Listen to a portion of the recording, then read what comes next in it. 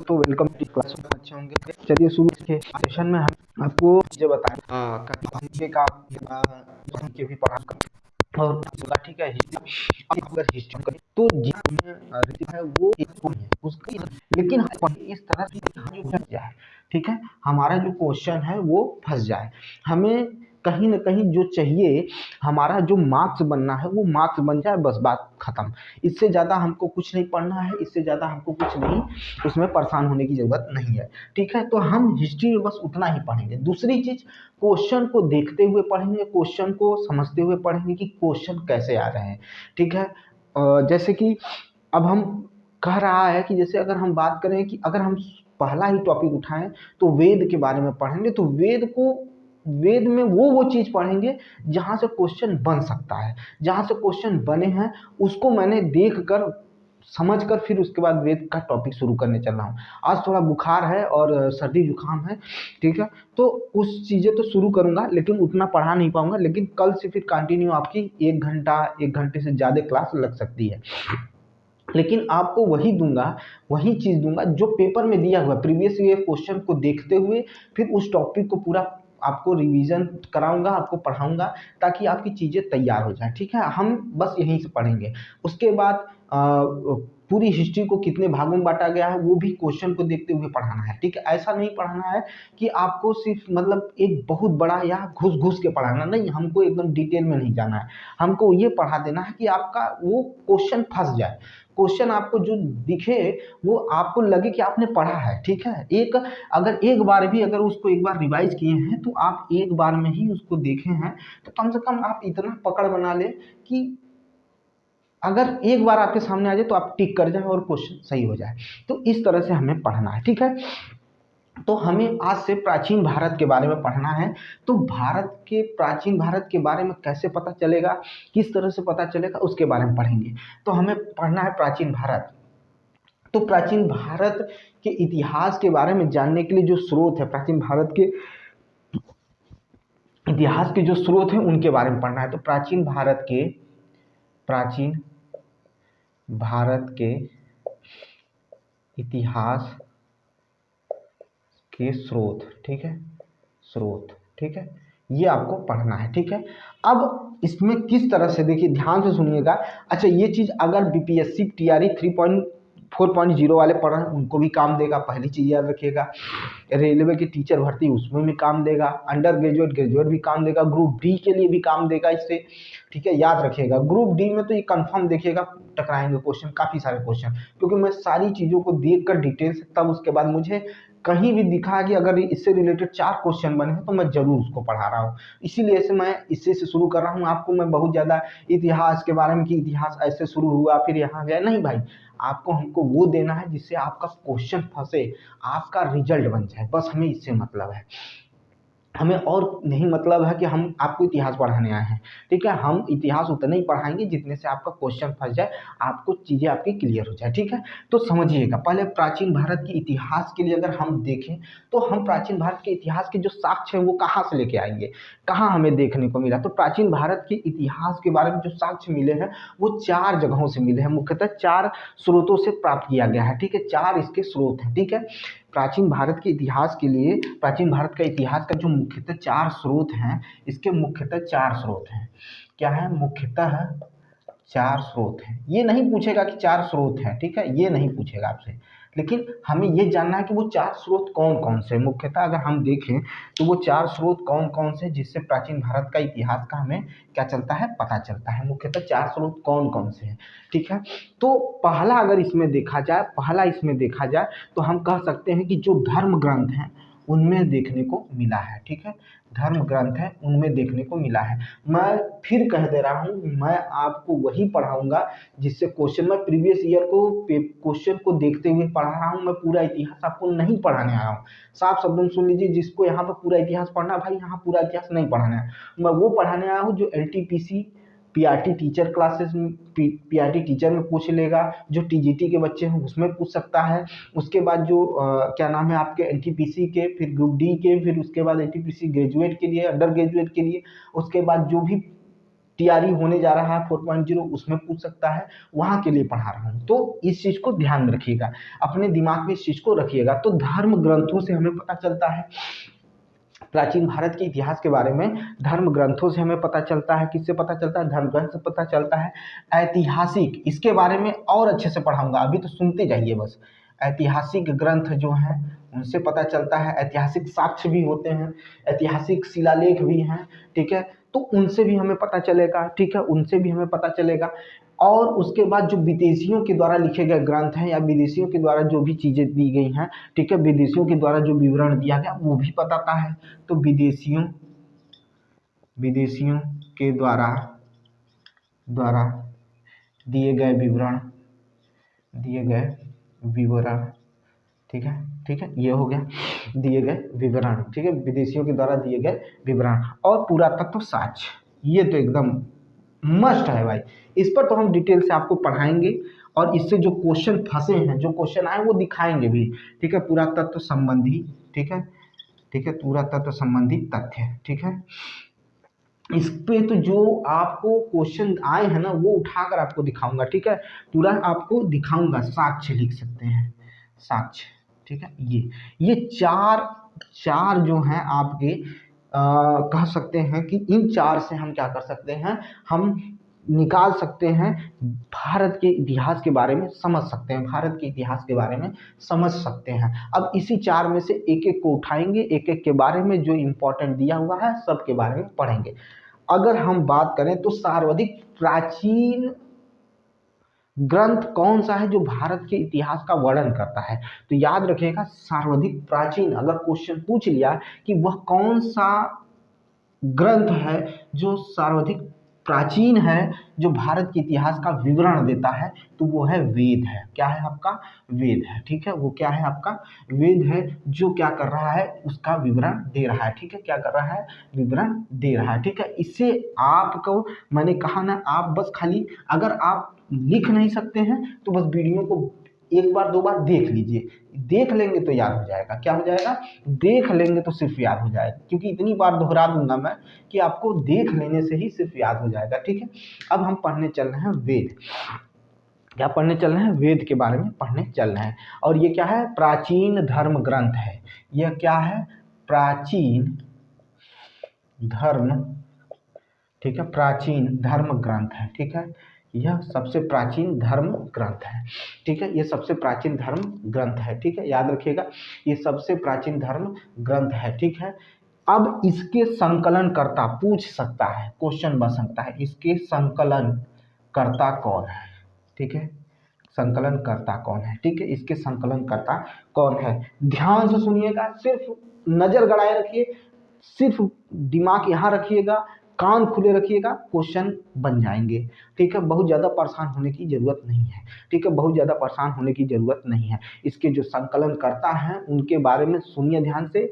महर्षि कृष्ण द्वैपायन, ठीक है, महर्षि कृष्ण द्वैपायन वेद व्यास है। महर्षि कृष्ण द्वैपायन वेद व्यास जो हैं ये इसके संकलन करता है, इसके संकलन करता है, जो इनको क्या किए हैं? संग्रहित किए हैं, ठीक है, वही उनके बारे में कह रहे हैं। तो महर्षि, ब्लैक से लिखते हैं, महर्षि, देखिए महर्षि, ठीक है, कृष्ण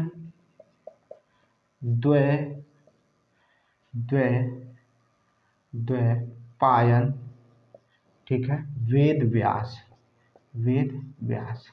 ठीक है, महर्षि कृष्ण द्वैपायन वेद व्यास है। महर्षि कृष्ण द्वैपायन वेद व्यास है। महर्षि कृष्ण द्वैपायन वेद व्यास है, ठीक है, महर्षि कृष्ण द्वैपायन वेद व्यास है। इन्होंने ही क्या किया है? इन्होंने ही क्या किया है?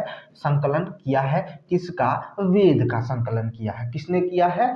तो वेद का संकलन किसने किया है? तो महर्षि कृष्ण द्वैपायन वेद व्यास ने किया है। इतनी बार रटिए कि आपको एकदम चीजें तैयार हो जाएं। अच्छा, इसमें एक कहते हैं कि एक शब्द कहा गया है जो बहुत ही इंपॉर्टेंट है, वो आता भी है और उसे आदर्श वाक्य कहते हैं। अगर उसे देखेंगे तो हम आदर्श वाक्य कह सकते हैं, ठीक है, आदर्श वाक्य है वो, ठीक है, एक आदर्श वाक्य है, ठीक है, एक आइडियल वर्ड है, ठीक है, जो उपदेश के रूप में देता है, जो उपदेश देता है। वासुदेव कुटुम्बकम, ठीक है। वासुदेव कुटुम्बकम जो है एक क्या है, एक उपदेश है यहाँ इसमें, ठीक है। वासुदेव कुटुम्बकम, ठीक है, एक उपदेश है। वासुदेव कुटुम्बकम वो एक उपदेश है जो वेद से लिया गया है, जो वेद से लिया गया है, ठीक है। याद रखिएगा मैंने क्या बताया, तो वासुदेव कुटुम्बकम किसकी बात किया हूँ, तो वासुदेव कुटुम्बकम की बात किया हूँ, ठीक है। वासुदेव, ठीक है, वासुदेव कुटुम्बकम की बात किया हूँ, ठीक है। समझ में आए बात, फिर से देख लीजिए।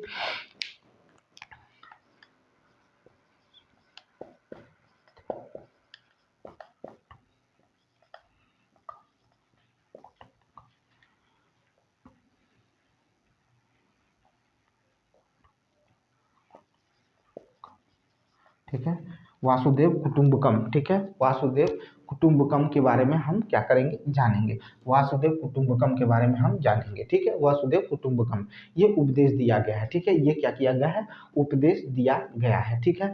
अब वेदों की संख्या कितनी है, तो वेदों की संख्या, वेदों की संख्या, वेदों की संख्या भाई 4 संख्याएं हैं, आप भी जानते हैं। सबसे प्राचीन जो है उसको पहले लिखेंगे, उसके बाद जो आए हैं उनको लिखेंगे। तो पहला क्या है, ऋग्वेद है, क्या है, तो पहला क्या है आपका ऋग्वेद है, पहला क्या है, ऋग्वेद है, ठीक है। हमें याद रखिएगा, हमें हिंदी राइटिंग यहाँ नहीं सुधारने आए हैं, शुद्ध वाक्य लिखने नहीं आए हैं। हम बस इतना करने आए हैं कि अगर ये ऑप्शन में दिखे तो हमें इससे रिलेटेड क्वेश्चन दिखे तो हमें टिक करना है बस। वहाँ आंसर राइटिंग लिखने नहीं आए, हम पीसीएस की तैयारी नहीं कर रहे हैं।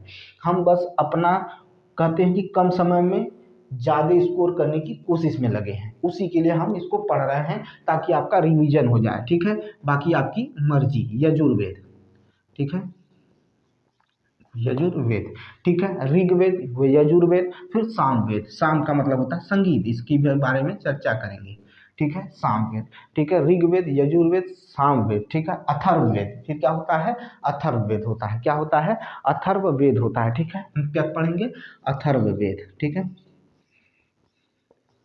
ये ठीक है, क्या है, ये अथर्ववेद है, ठीक है। ये एंड करके अथर्ववेद लिख सकते हैं। ये क्या है, अथर्ववेद है। तो ऋग्वेद, यजुर्वेद, सामवेद और अथर्ववेद ये 4 हैं और इन्हीं के बारे में पढ़ेंगे, ठीक है।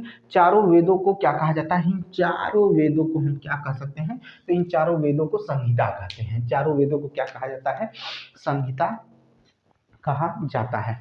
क्या कहा जाता है, तो संहिता कहा जाता है। चारों वेदों को क्या कह सकते हैं, संहिता कहते हैं।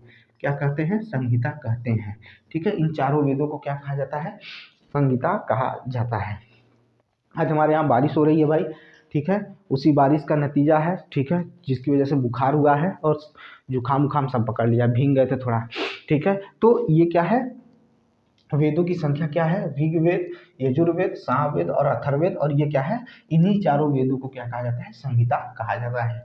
इन्हीं चारों वेदों को संहिता कहा जाता है। मैं चाहता तो इस पर अभी आज आपको विवरण देता, लेकिन यहाँ विवरण देने का टाइम नहीं है बेटा। आपका पेपर अप्रैल, ठीक है, ठीक है, आपका पेपर लगातार अप्रैल मई जून में लगा रहेगा, ठीक है, इनसे रिलेटेड। इस वजह से मैं इनको लगातार पढ़ाने की कोशिश कर रहा हूँ, ठीक है, इनको पढ़ाऊंगा, ठीक है। चलिए अब हम पहला हेडिंग डालते हैं ऋग्वेद के बारे में, ठीक है। ऋग्वेद के बारे में पहली हेडिंग डालेंगे और उसको अच्छे से पढ़ेंगे और क्वेश्चन भी देखेंगे। आप घबराइएगा नहीं, इनसे रिलेटेड क्वेश्चन जो भी रहेगा हम उसको भी बीच बीच में कराते हुए चलेंगे, ठीक है, उसको भी देखते रहेंगे। बाकी आपकी मर्जी, आपको पढ़ना है तो जरूर जुड़िएगा और ज़्यादा से ज़्यादा दोस्तों तक शेयर करने की कोशिश करिएगा। 180 लोग हैं, 180 लोगों में कुछ लोगों को नहीं पढ़ना होगा, लेकिन कुछ ऐसे होंगे जिनको पढ़ना होगा।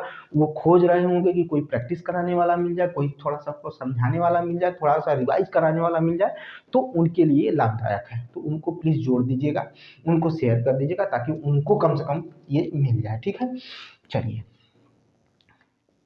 ऋग्वेद सुनते हैं। सबसे प्राचीनतम वेद है ऋग्वेद, सबसे प्राचीनतम वेद है ऋग्वेद है, ठीक है। सबसे प्राचीनतम वेद जो है आपका क्या है, ऋग्वेद है, ठीक है। ये सबसे प्राचीनतम वेद है और आपको यही याद करा के जाऊंगा, यहीं पर आप याद करके रखेंगे। इसके जो इम्पोर्टेंट चीज़ें हैं, जहाँ से क्वेश्चन पूछा है वो आप यहीं याद करके जाएंगे, ठीक है। आप घर के लिए नहीं छोड़ेंगे, ठीक है, यहाँ आप घर के लिए इसे नहीं छोड़ेंगे, ठीक है।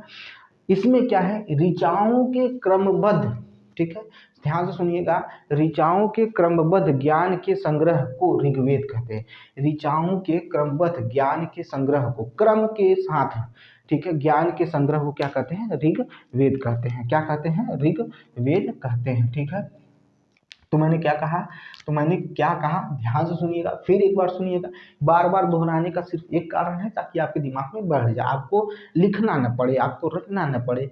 आप एक बार दो बार पढ़ लीजिए, आप एक बार दो बार देख लीजिए, आपको तैयार हो जाए। ठीक है, आपको क्या हो जाए? तैयार हो जाए। इस वजह से इसको बार बार बोल रहा हूँ। तो ऋचाओं के, ठीक है, ऋचाओं के क्रमबद्ध ज्ञान को, ठीक है, ऋचाओं के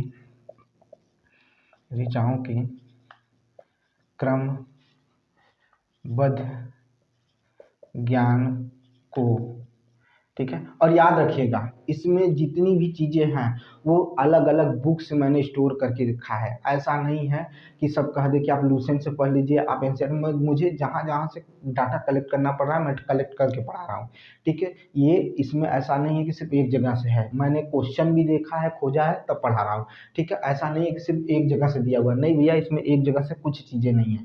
ठीक है, अलग अलग जगहों से लिया है। ठीक है, और इसमें मैं चीजों को जोड़ता जाऊंगा, जो जो क्वेश्चन आएंगे उनको जोड़ूंगा, उससे रिलेटेड जो टॉपिक है, पॉइंट है, जिससे मुझे लगेगा कि यहाँ से क्वेश्चन पूछ सकता है और कैसा पूछा है, उसको जोड़ के पढ़ा रहा हूँ। ठीक है, अब आपकी मर्जी, पढ़ना है तो पढ़िए, नहीं तो कोई बात नहीं, मेरा काम है, करूंगा।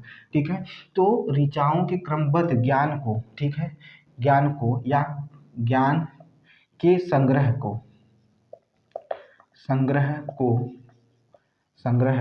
ऋग्वेद कहते हैं। ठीक है, क्या कहते हैं? ऋग्वेद कहते हैं। ऋग्वेद कहते हैं। क्या कहते हैं? ऋग्वेद कहते हैं। याद रखिएगा, क्या कहते हैं? तो ऋग्वेद कहते हैं। ठीक है, इंक डाल लें थोड़ा। ऋग्वेद कहते हैं। देखिए, आपसे थोड़ा सा जुड़े तो फ्रेश भी हुए, नहीं तो ऐसे सर में बहुत दर्द था। ठीक है, क्या कहते हैं? ऋग्वेद कहते हैं।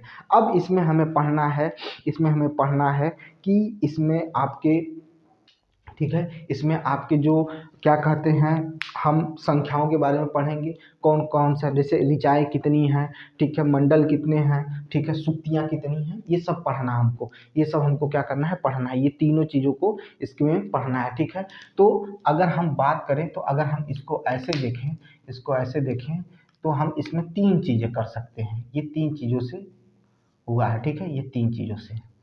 इसको ऐसे दिखाइए, ऐसे लीजिए, ऐसे करिए, और यहाँ पर ऐसे दिखाइए। ठीक है, ठीक है, ऐसे। ऐसे क्या होता है ना, आप जब बार बार इस तरह से बना के पढ़ते हैं ना, तो आपके अंदर प्रैक्टिस करने की क्षमता पैदा हो जाती है। आप भी इसी तरह से कॉपी पर एक बार लिख के पहले याद कर लीजिए, एक बार लिख दीजिए, हो गया, काम खत्म, काम खत्म। तो इस तरह से आप जब करते हैं तो आपको चीज़ें याद होती हैं। तो मैंने क्या बोला? मंडल कितने हैं? तो मंडल है 10। मंडल की संख्या कितनी है? 10 है। मंडलों की संख्या कितनी है? 10 है। ठीक है, सुक्त भी कहते हैं, सुक्ति भी कहते हैं। ठीक है, 1028 कितना है? 1028 है। सुक्त जो है वो कितना है? 1028 है। सुक्त कितना है? 1028 है। ऋचाओं की संख्या कितनी है? तो ऋचाओं की संख्या कितनी है बताइए भाई? तो ऋचाओं की संख्या कितनी है? तो ऋचाओं की संख्या है 10,462। ठीक है, ऋचाओं की संख्या, ठीक है, ऋचाओं की संख्या 10,462, ये ऋचाओं की संख्या है। याद रखिएगा, ये ऋचाओं की क्या है? संख्या है। ये आपको याद करना है, यहां से क्वेश्चन बन सकते हैं, ये आप याद करिए। फिर से सुनिएगा, ऋग्वेद में मंडल कितने हैं? 10 हैं। ऋग्वेद में मंडल कितने हैं? 10 हैं। सूक्त कितने हैं? 1028 है। ऋचाओं की संख्या कितनी है? 10,462 है। ऋचाओं की संख्या कितनी है? 10,462 है। ऋचाओं की संख्या क्या है? 10,462 है। अब इन ऋचाओं को जो पढ़ते हैं, उनको, उन ऋषियों को क्या कहते हैं, या उन महानुभावों को क्या कहा जाता है? तो होत्रु कहा जाता है।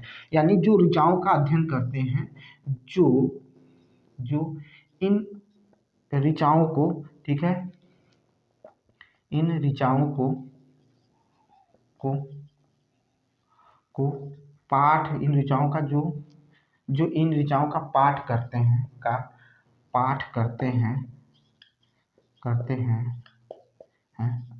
उन्हें होत्रु कहते हैं। क्या कहते हैं? होत्रु कहते हैं। होत्रु कहते हैं, ठीक है, उन्हें होत्रु कहते हैं, ठीक है, उन्हें होत्रु कहते हैं। आप बेटा, फिर मैं बार बार बोल रहा हूँ, वही चीज़ बोल रहा हूँ, आप बहुत घुस घुस के मत पढ़िएगा, डिटेल्स में मत पढ़िएगा। नहीं बैठकर आप कहेंगे कि हम मेहनत भी कर रहे हैं, मेरी नौकरी भी नहीं लग रही है, हम क्या करें। आप पहले प्रीवियस ईयर क्वेश्चन पेपर को उठा कर देखिए, आपको मेरी बात एकदम समझ में आ जाएगी सर क्या कहना चाह रहे हैं। आपको बहुत ज़्यादा नहीं पढ़ना है।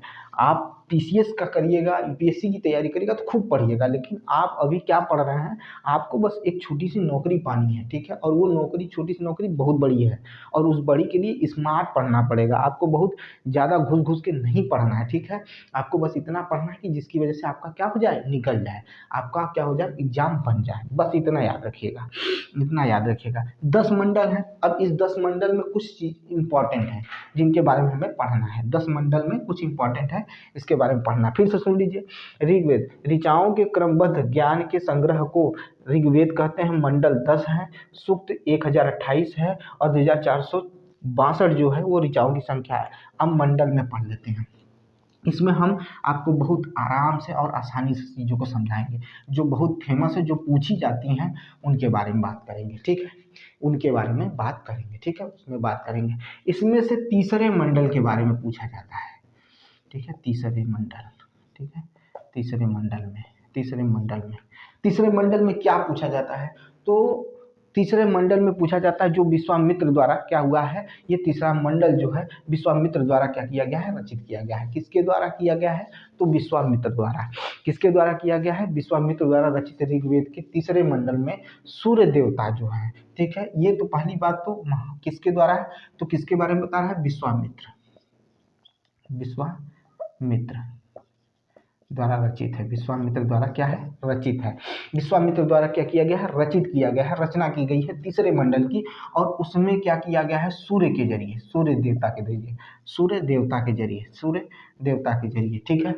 ऊर्जावान व्यक्ति हैं और प्रतिदिन हम लोगों को ऊर्जा देते हैं, तो उनको नमस्कार करिए, ठीक है। अभी तो बहुत संकट में है, दिखाई नहीं दे रहे हैं, बारिश भी हो रही है अच्छी खासी, तो सूर्य देवता जो हैं, ठीक है, वो क्या करते हैं, तो इसके में क्या करते हैं, तो देवता सावित्री को समर्पित क्या करते हैं, गायत्री मंत्र, ठीक है, सावित्री को समर्पित करते हैं, वो भी क्या, गायत्री मंत्र।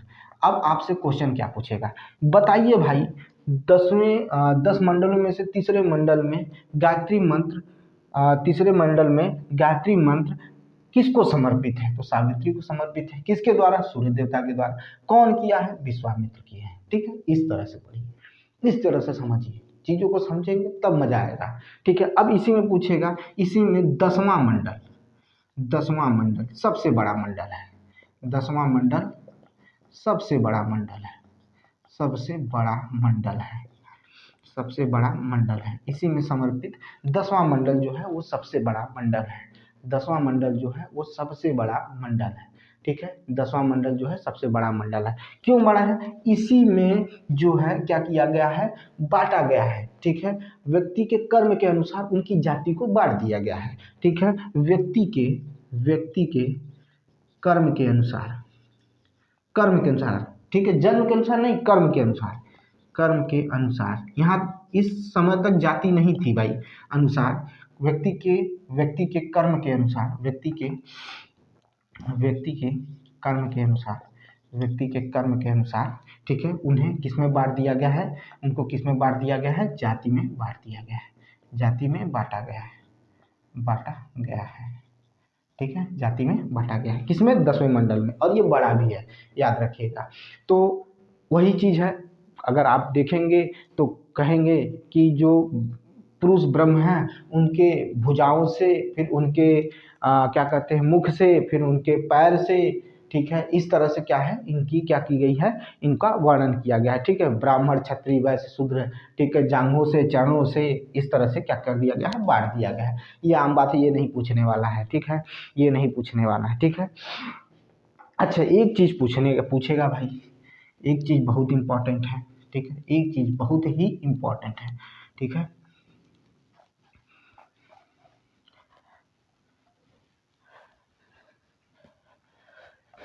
एक चीज़ बहुत इंपॉर्टेंट है, उसको देख लीजिए। और इस पर कल आपको रिलेटेड क्वेश्चन लेके आऊँगा, कुछ इसमें क्वेश्चन भी आपको कराते हुए चलूँगा, ठीक है। ऐसा नहीं है कि सिर्फ पढ़ाना है, क्वेश्चन भी देखते हुए चलना है, ठीक है। इसमें एक शब्द है जो बहुत ही इंपॉर्टेंट है और वो गाय के लिए यूज किया गया है। किसमें किया गया है? तो ऋग्वेद में किया गया है। किसमें किया गया है? तो ऋग्वेद में किया गया है। और वह शब्द है अधन्य, ठीक है। वो शब्द क्या है?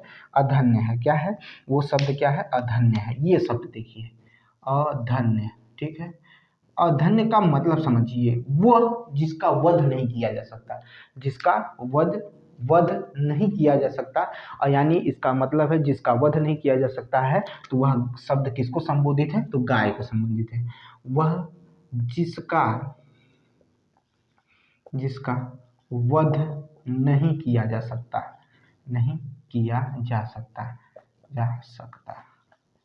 सकता, ठीक है।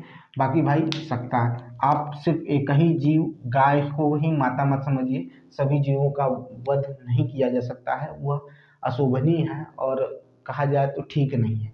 आज इसी का देन है कि धीरे धीरे कुछ प्रजातियां क्या हो गई हैं? खत्म हो गई। IUCN के बारे में पढ़े, रेड डाटा बुक के बारे में पढ़ाए हैं हम आपको, तो वो किसी के लिए भी ठीक नहीं है। तो ये शब्द किसके लिए यूज किया गया है? तो ये शब्द यूज किया गया है गाय के लिए, गाय के लिए प्रयोग किया गया, के लिए प्रयोग किया गया, ठीक है। सिर्फ आपको देखना है, सिर्फ आप देखिए, ठीक है। ये शब्द जो है किसके लिए यूज किया गया है? वो भी ऋग्वेद में यूज किया गया है। पूछ सकता है अधन्य शब्द का प्रयोग किस वेद में किया गया है, या अधन्य शब्द का प्रयोग किस जानवर के लिए किया गया है, ठीक है, किस पशु के लिए किया गया है? तो गौ माता के लिए किया गया है, ठीक है। अब कहता है ऋग्वेद में जो ब्रह्म का तो उल्लेख है, ठीक है, ब्रह्म का उल्लेख है, ठीक है, ब्रह्म का उल्लेख है, ठीक है, लेकिन आत्मा का नहीं, ठीक है। ऋग्वेद में, ठीक है, ऋग्वेद में ब्रह्म ब्रह्म का उल्लेख है, किंतु किंतु किंतु आत्मा का नहीं, आत्मा का नहीं, ठीक है, आत्मा का नहीं, ठीक है, आत्मा का नहीं, ठीक है, किंतु आत्मा का नहीं, ठीक है, किंतु आत्मा का नहीं, याद रखिएगा, किंतु आत्मा का नहीं, ठीक है, किंतु आत्मा का नहीं, ठीक है। क्लियर है? अगर कंफ्यूजन है तो बोल सकते हैं, ठीक है। इसी में कुछ शब्द और हैं जिनका प्रयोग किया गया, जैसे नदी सुक्ति। नदी सुक्ति का मतलब होता है नदी की प्रशंसा करना। नदी सुक्ति का मतलब होता है नदी की प्रशंसा करना। पुरुष सुक्ति, ठीक है, ये समाज शास्त्र से जुड़ा हुआ है, यानी वैदिक समाज शास्त्र जो है उसके लिए पुरुष सुक्ति। अभी लिखवा भी देता हूँ, ठीक है। पहले नदी सूक्त का मतलब समझिए। नदी सूक्त का मतलब होता है नदियों की प्रशंसा, ठीक है। पुरुष सूक्त का मतलब होता है वैदिक समाजशास्त्र, ठीक है। फिर नासदीय सूक्त जो होता है वो ब्रह्मांड के सृजन की वर्णन करता है, ठीक है, या संबंधित होता है या उसका अनुमान लगाता है। फिर उसके बाद सूर्य सूक्त जो होता है वो विवाह के लिए है, ठीक है। किसके लिए होता है? विवाह के लिए। फिर से सुन लीजिए, फिर से समझ लीजिए, देखिए।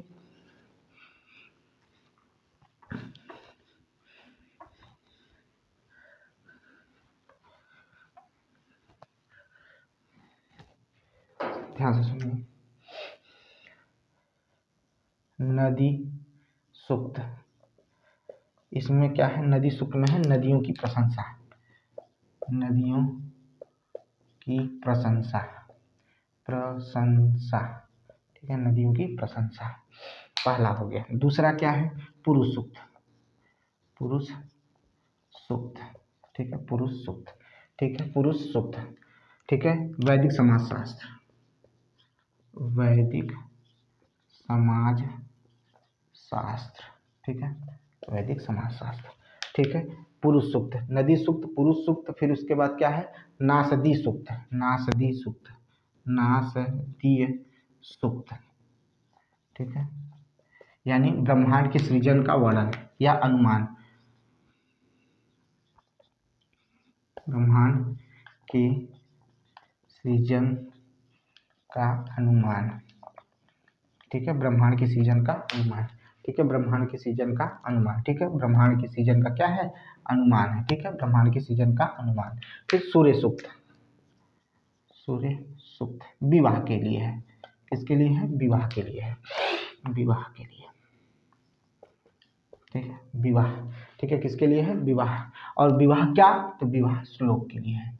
क्या है? श्लोक के लिए, विवाह श्लोक के लिए है।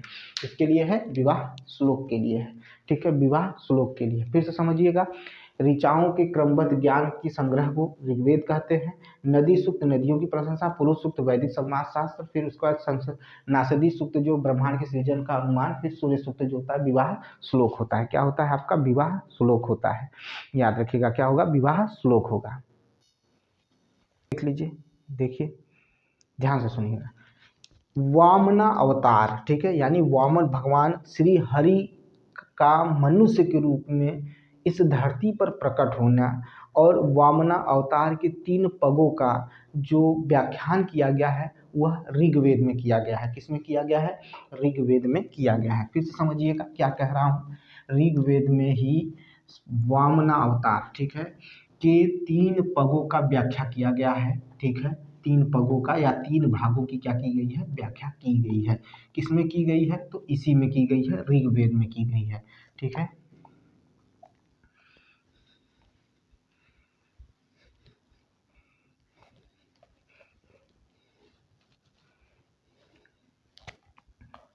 वामनावतार, वामनावतार के 3 पगों की व्याख्या, पगों की व्याख्या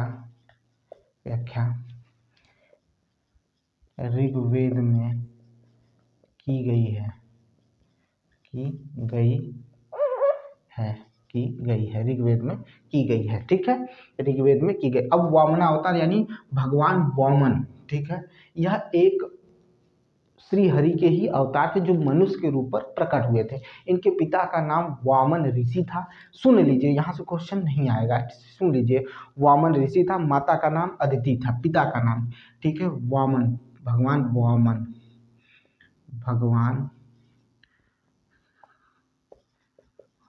वामन, ठीक है, भगवान वामन, ठीक है, श्री हरि के रूप थे, श्री हरि के रूप, हरि के रूप, ठीक है, श्री हरि के रूप थे, ठीक है। पिता का नाम, पिता वामन ऋषि, वामन ऋषि, ठीक है, वामन क्या थे? तो वामन ऋषि थे। कौन थे? वामन ऋषि थे, ठीक है, वामन ऋषि थे, ठीक है, वामन ऋषि थे, वामन ऋषि थे। माता का नाम, माता का नाम, माता का नाम क्या था? माता कौन थी? तो अदिति थी। कौन थी? तो अदिति थी। माता कौन थी? तो अदिति थी, अदिति थी, माता कौन थी? अदिति थी। कैसे थे? तो बौने ब्राह्मण के रूप में थे। कैसे थे? बौने ब्राह्मण के रूप में थे। किसके लिए जन्म लिए थे? तो भगवान इंद्र को उनका अधिकार दिलाने के लिए इन्होंने धरती पर क्या किया था? जन्म लिया था, ठीक है, विष्णु द्वारा पुनः क्या करना? स्वर्गलोक में अधिकार दिलाना, ठीक है। वामन भगवान, दक्षिण में इनको किसके नाम से जाना जाता है? तो दक्षिण भारत में इनको उपेंद्र के नाम से जाना जाता है। किसके नाम से जाना जाता है? उपेंद्र। दक्षिण भारत में, दक्षिण भारत में, दक्षिण भारत में उपेंद्र के नाम से जाना जाता है, ठीक है, दक्षिण भारत में इनको उपेंद्र के नाम से जाना जाता है, ठीक है। तो अब देखिए ध्यान से, ये चीज हो गया, बस इसमें बहुत ज्यादा नहीं है, याद रखिएगा। अगर पूछ लिया जाए वामना अवतार का उल्लेख किसमें है, तो ऋग्वेद में है, ठीक है, क्योंकि भाई इस समय महाकुंभ चल रहा है, तो क्वेश्चन हो सकता है कि उठ जाए, तो फिर इस चीज को देखते जाइए। और करेंट अफेयर तो तैयार रखिएगा महाकुंभ से, जान लीजिए, बाकी आपकी मर्जी। भारतीय प्रवासी दिवस कहाँ मनाया गया? उड़ीसा भुवनेश्वर में, याद रखिएगा, ठीक है। चलिए आगे देखिए, 10 तारीख को विश्व हिंदी दिवस, याद रखिएगा, इसी 10 को, ठीक है, और 9 को प्रवासी दिवस। क्यों? क्योंकि गांधी जी क्या किए थे? अफ्रीका से वापिस आए थे, ठीक है। चीज़ों को पढ़ते रहिए, चीज़ों को इसी तरह से रिवाइज करते रहिए। जब इस तरह से रिवाइज करेंगे ना, तो आपको चीज़ें याद हो जाएंगी, ठीक है। अब ऋग्वेद में, ठीक है, ऋग्वेद में,